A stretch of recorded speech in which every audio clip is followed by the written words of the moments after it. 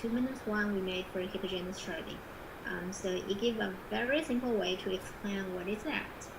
So if we compare the single blockchain as a one-way chain, a one-way road, and then sharding is like multi-lane, but each lane has to be exactly the same. And then heterogeneous sharding is also a multi-lane highway, but each lane can customize by the request, so they don't need to be the same. It's very flexible. Exactly.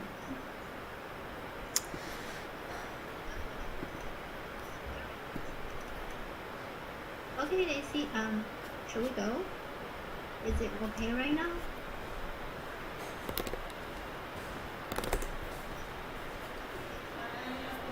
Yes, we can restart right now. We can continue, right? Yeah, yes, we can continue right okay, now. Great. This is the first time. There's always things happen for the first time. As we get used to that, probably it will become better the second time. Okay. So let's get into most exciting part. There has been a lot of question regarding staking. Everyone is curious about our staking status. So if you're familiar with like blockchain, so we're not purely proof of stake POS. Actually a special one, which is POSW. So Qi, tell us a little bit about the staking progress, because everyone is excited about that, and people always ask me, when can I start my staking? Yeah, great. So right now, blockchain is used no-law consensus of proof of stake work. What does it mean? Actually, so it is kind of proof of work, but if you stake, then your mining efficiency will be much greater than that of the miners without staking. So that's why we are encouraged both miners and also stakers to work together to bring much greater benefit of the network, especially in terms of security. The original proof of motivation of proof of stake work is that when a lot of BTC and BTG were attacked, because as long as a miner has 51% of the hash power, and it can perform what called double spending attack. And so in order to prevent such attack happened in blockchain network, we require a miner to stake in order to mine efficiently. That means if a miner without staking, in order to perform a double spending attack, the cost will be much higher than original 51%. While if a miner with staking attack the network, then the corresponding stake may be slashed because of the stake attack, which means that the cost is still much higher than original proof of work.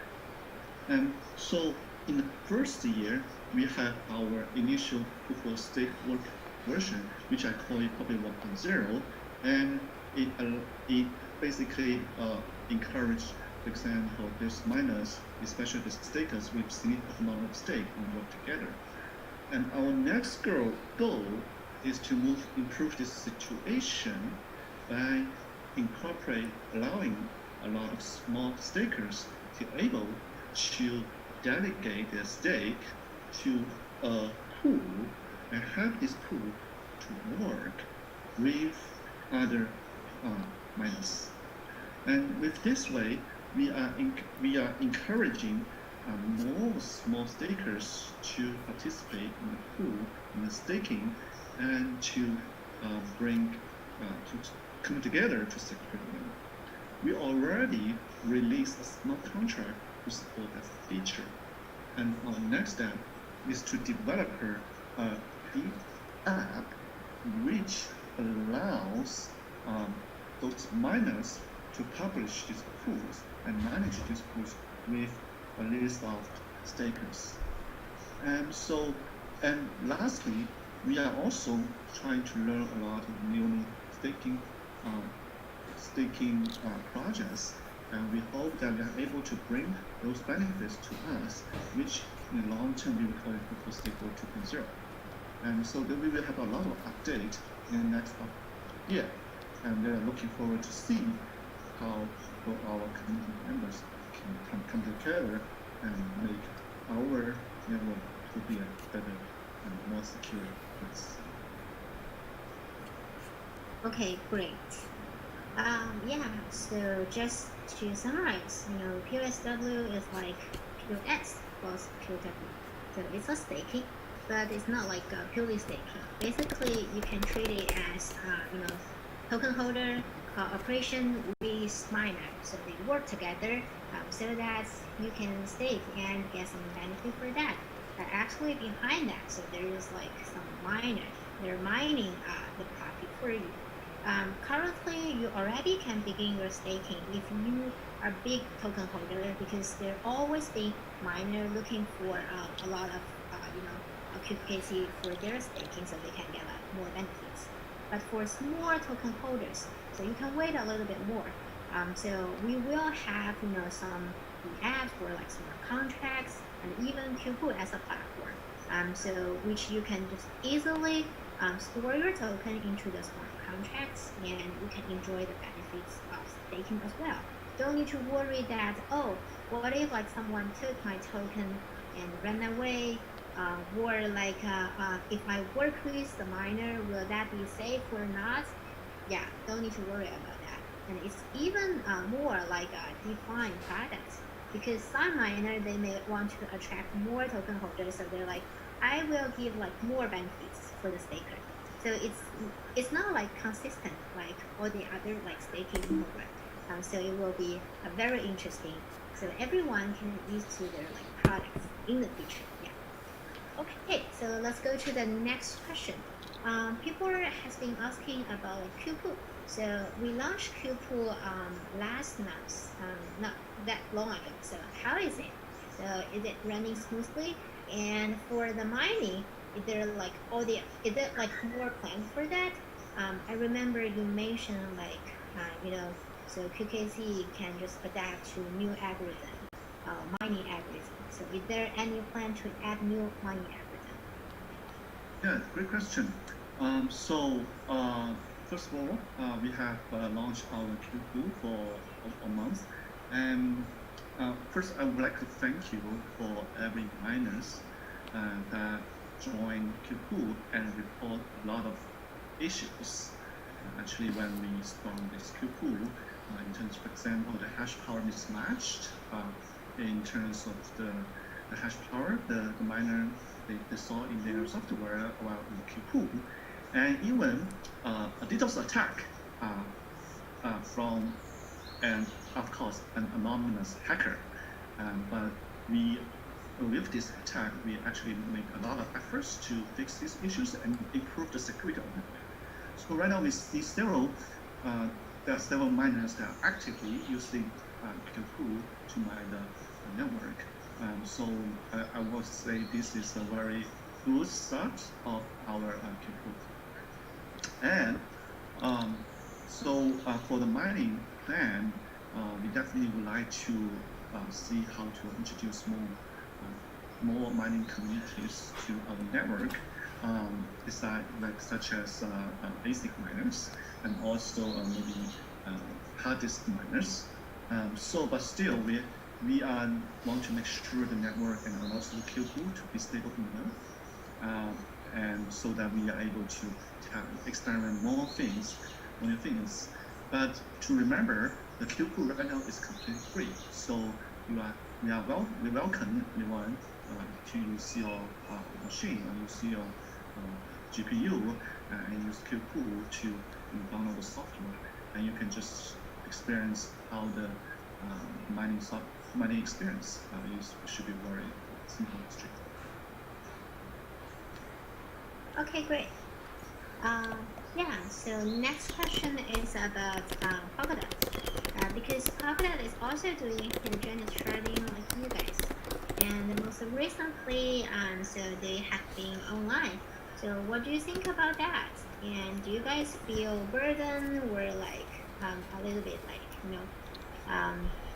pressure, so that you think like, okay, so there may be a big giants chasing you or something. Yeah, Proctor is I would say is a very good project. It was led by previous Ethereum CTO Gavin Wood, which is also a famous person in the area. So for the Polkadot, actually it is also aims at homogeneous multi-chain network.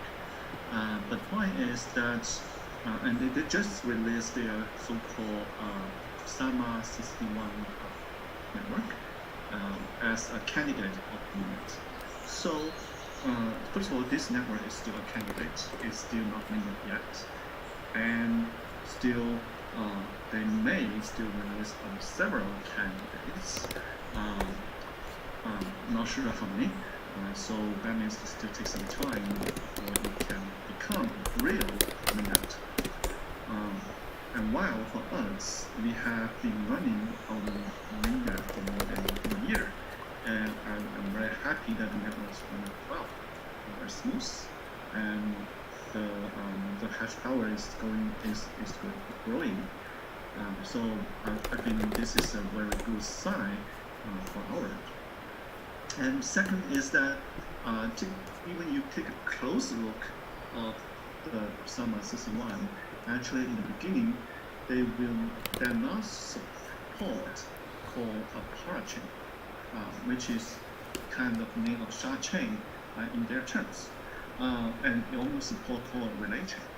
While for us, we have been running mainnets that is including root chain and 8 shard chains simultaneously for more than this 1 year, and so I think all these features like cross shard transaction, cross shard chain transactions are doing very well. So in that sense, I feel our we are running much faster than and honestly speaking, I take a look at the code several months ago in this year, and I found the parachain part still a lot of things still, to my best knowledge, are not so complete, from code perspective. I'm also asking them if they have updated white paper, and unfortunately, they're still in progress. So I think this is a really tricky and very difficult part of multi-chain technologies, and we are very happy that we already make some criteria in this space, and we hope that our experience and our results can bring also a lot of benefits to these future projects. Okay, great. So Kafka definitely is like a big giant, but that doesn't mean we don't have our opportunity or chance. And we're glad, previously everyone is doing a single chain, so they consider like a very fixed infrastructure about the whole blockchain platform. And project like us, like Polkadot and Cosmos, is actually doing a different ways. So we want to bring a more flexible infra, not like a consistent one, so that it's really hard to upgrade. So think about like Ethereum 1.0. People originally thought, okay, we can do some change and repair or like upgrade so we can become 2.0. But actually find it's too difficult because everything is fixed. So they have to build a totally new blockchain system. So that's the bad part for fixing all the setup. Currently, as for blockchain, no matter what kind of consensus for ledgers, for virtual machines, for even token economics, as long as new things came out, we can always adapt to that easily. Yeah. So that's the most amazing part. Okay. So another question is about the consensus. So so this question is like, so what are the other consensus you're thinking about to add for cross-chains? So what consensus will be supported? Will all the consensus be supported, or it's between third and multiple? One direction that we are interested in is using a BFT consensus. We may heard in this space that's called tenements that are using BFT consensus to build a single chain.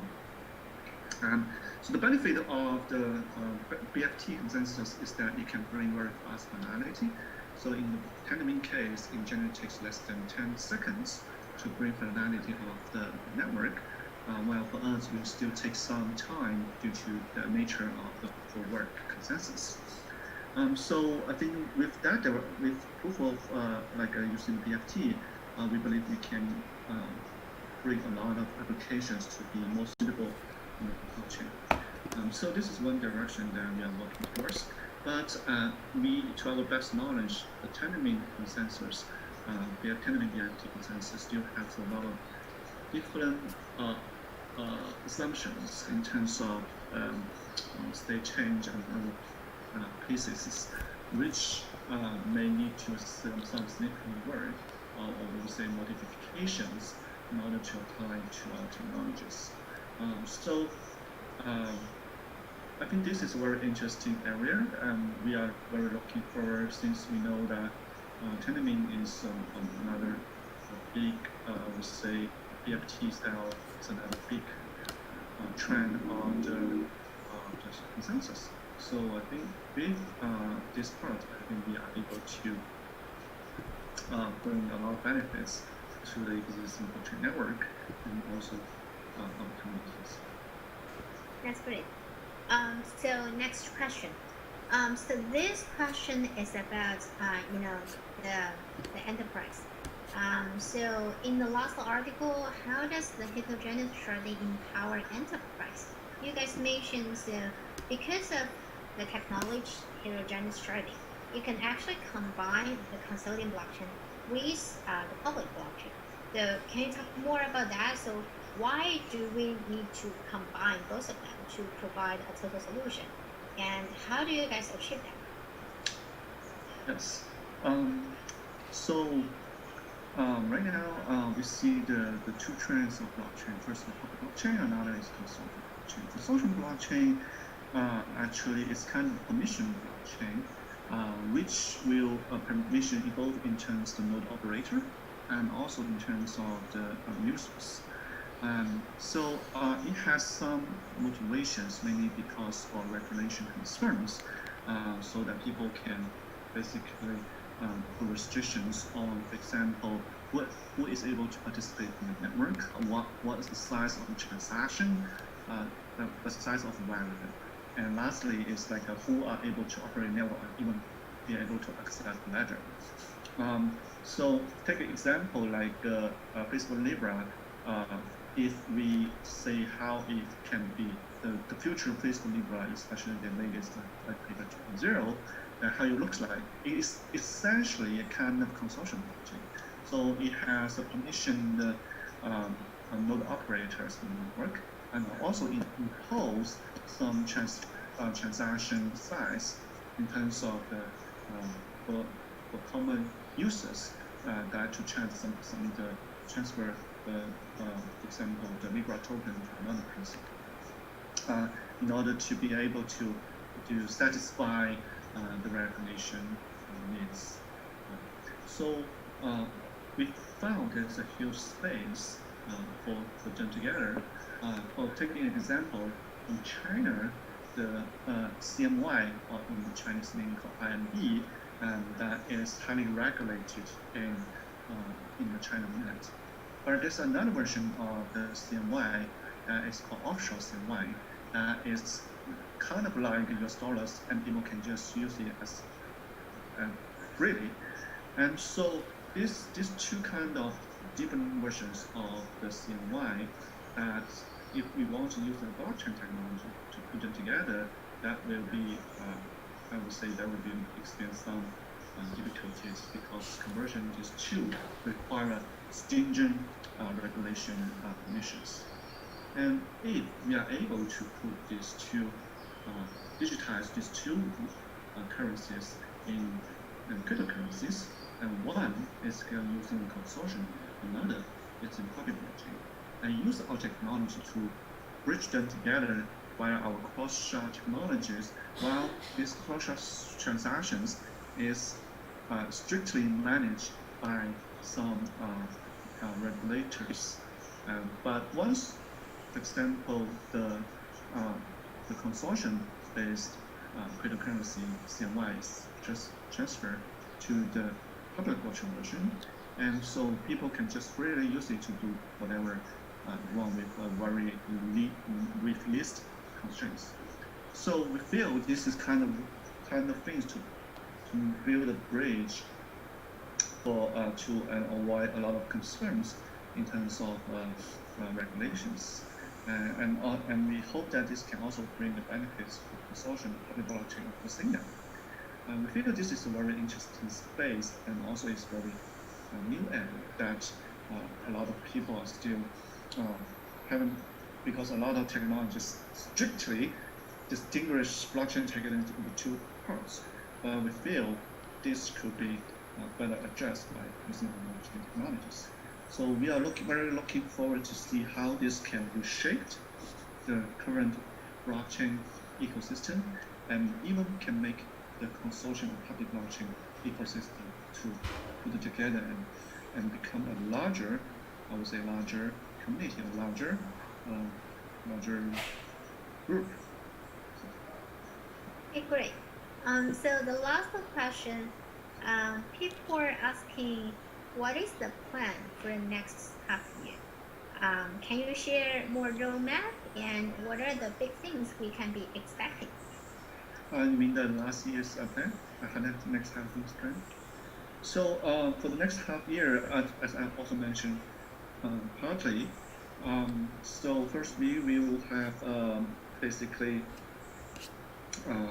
we will have more better proof of stake work. I would deploy probably 1.x with, for example, Q-Pool can support like proof of stake work directly, and also be able to release the QSWD app. So this is the first part. The second is that we are also working, for example, to complete our multi-native token ecosystem. So right now the code is active, but we still haven't been able to use this technology extensively.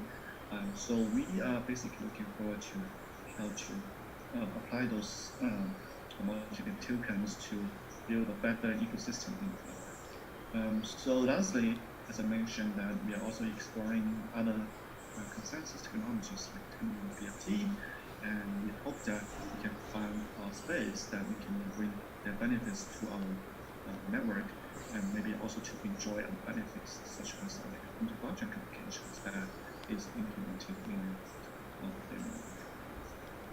And don't forget, so the partnership, which will apply our total solution for both consulting blockchain and public blockchain.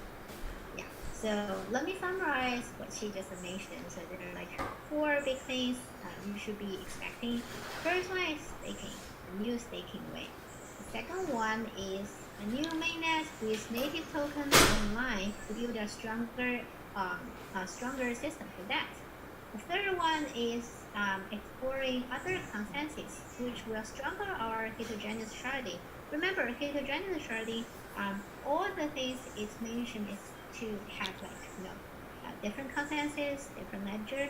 We want to make it like realized to not like a dream, but to become like reality. And the last one is like more partnerships and more application enterprise to use our total solution for both consulting blockchain and public blockchain. Yeah. And so we will definitely have some announcement for the public announcement to tell us all our roadmap for the next half year soon. So you can expect that. Okay, so let's get to the online question. I already see a lot of people post some questions. The first one is, why other blockchain project cannot doing heterogeneous sharding?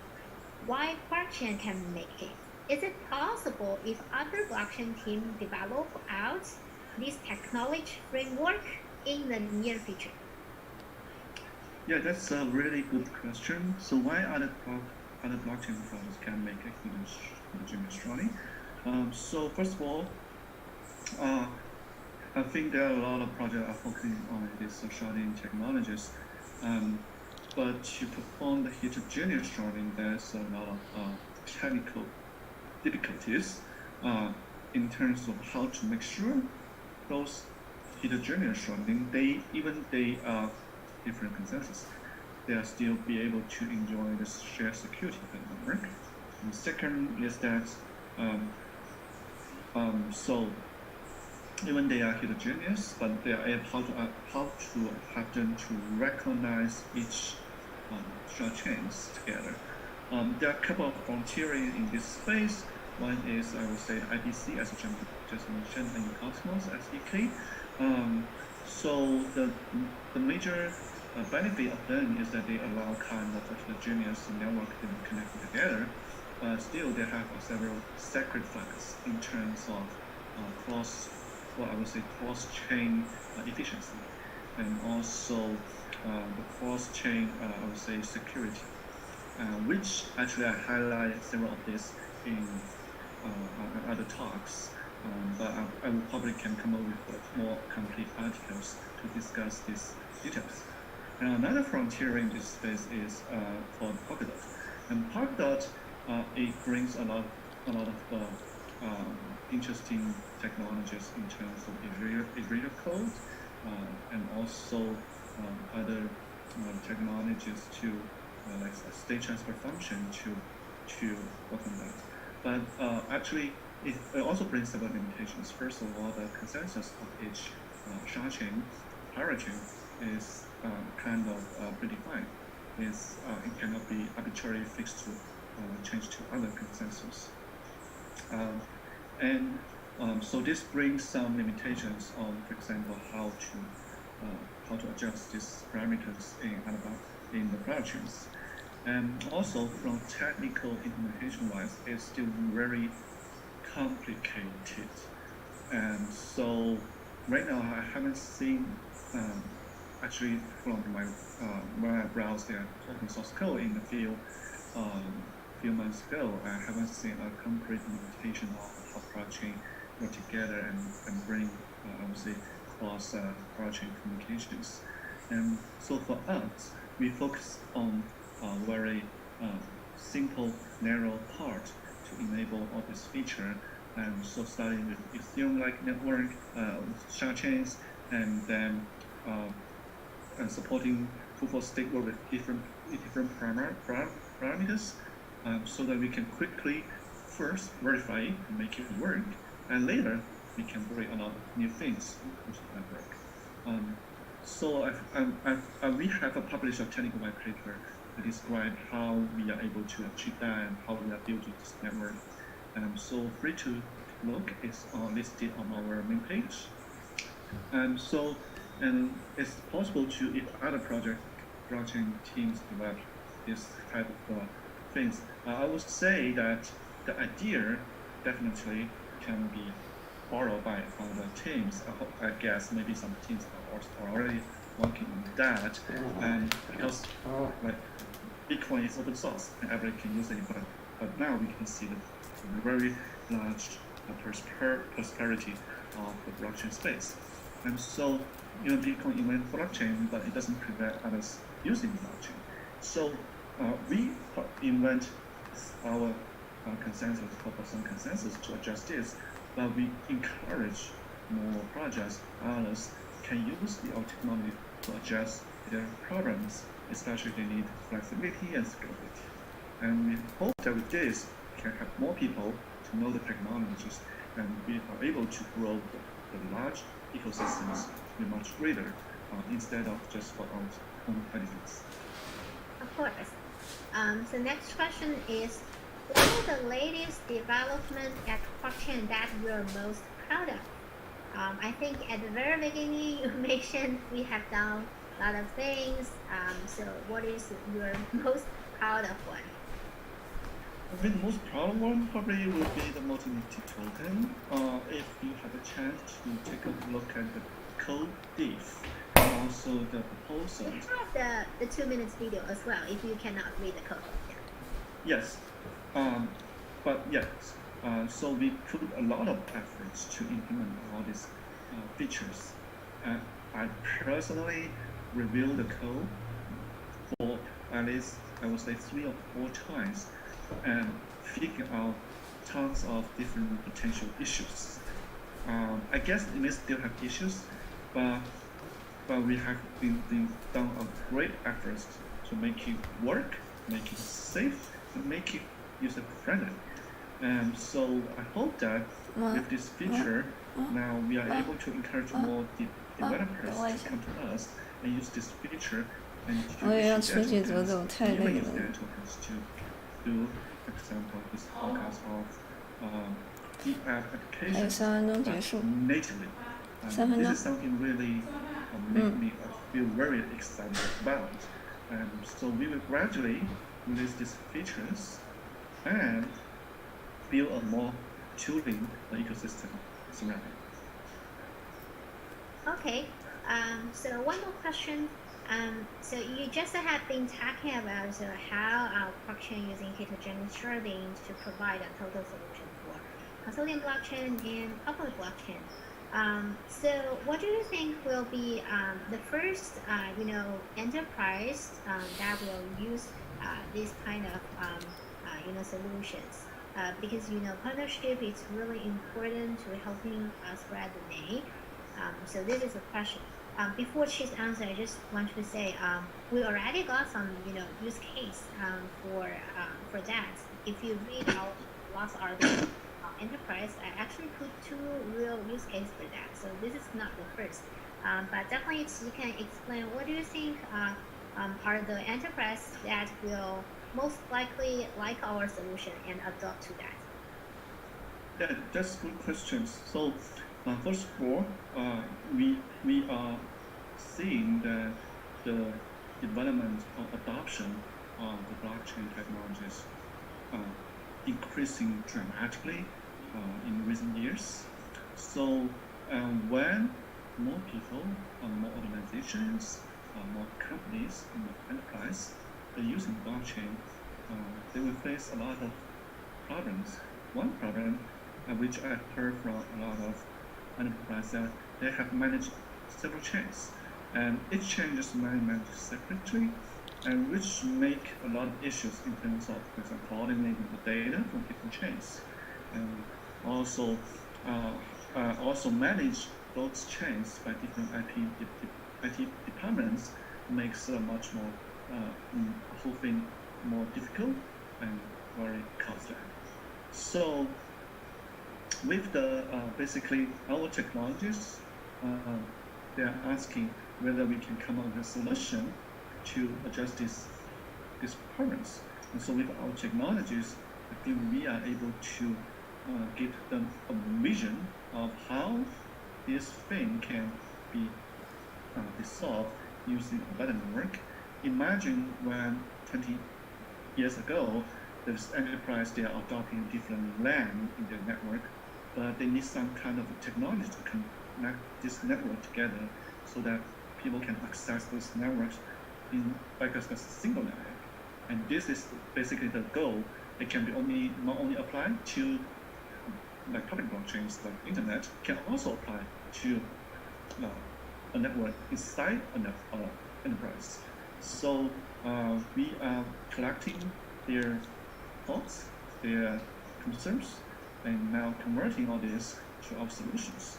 And we are actually received several research collaboration intentions from those companies. Some are really, really big companies, and we hope that with our technologies, and we are able to apply to them and solve their problems like more efficiently and also low cost. Okay, because of the time limitation, so let's only ask one more question. So this question is about multi-native token. So explain the creation of multi-native token how can we create that, and whether that will affect the real value of blockchain, since it can be used as a gas fee. Yes. So first for creation of the token, we will call a simple auction mechanism, so that for every 7 days, people can select their token name and auction the token name with a small amount of KKC. And with that, we are able to ask the community member be able to acquire. It's kind of like imagine like as a comparison, like a domain name. So you can auction this domain name, and then you can use yours, and now you can mint your tokens by as long as you put your ownership. So this is creation. And second is the concern of that how to capture the value of the native token other than QKC if the token can be used directly as a gas fee. So we have a design that we have embedded an exchange, a system level exchange in the system, so that once a user submit a transaction using a gas free different from QKC, and it will be automatically system-wise converted to QKC as the actual transaction fee paid to the miners. So from user perspective, they're still using whatever the token you want. It can be USDT, it can be others. But from miner perspective, they're still using the QKC. And everybody is able to set up the corresponding rate in the network, so that it can reach close to the market rate of this token exchange. Imagine it's kind of simplified version of Uniswap, right? So inputs is the user tokens, native token, and output will be QKC that's collected by the miners. So in that sense, people actually still using QKC as a transaction fee, but from user perspective, it doesn't need to know what the underlying is happened. And miners still collecting transaction fee as QKC, so that you are still incentivized to protect the network by collecting all these transactions as much as possible. So this is basically the idea behind our multi-native token gas fee, and we hope that with this we can bring both great values to those I would say token creators, and also the token users, and lastly the miners. Okay, thank you, Ji. So before we end, I definitely want to recommend everyone to watch our short video. So we have been making 3 short videos so far. So one is about native token, one is about POSW staking, and third one is heterogeneous sharding. So actually everything are the questions you guys have been asking most. Yeah, so because everyone trying to know, oh, what are the staking options? When will we starting staking? And why do you guys, create native token? What will be the new mainnet for native token? And the last one is like, okay, why does heterogeneous sharding is so important? So I guess everyone, you can still find all the questions in the short video. Okay, so today, how time flies, almost like 50 minutes. We thought it can end in like 40 minutes. It's very glad to talk to everyone, and please, pay attention to all the announcement channel. So definitely we will have some new announcement about our next half-year plan getting out very soon. So ask any questions in our channels if you still have something want to ask. And that's the end. Yeah. So see you guys next time. Thank you guys.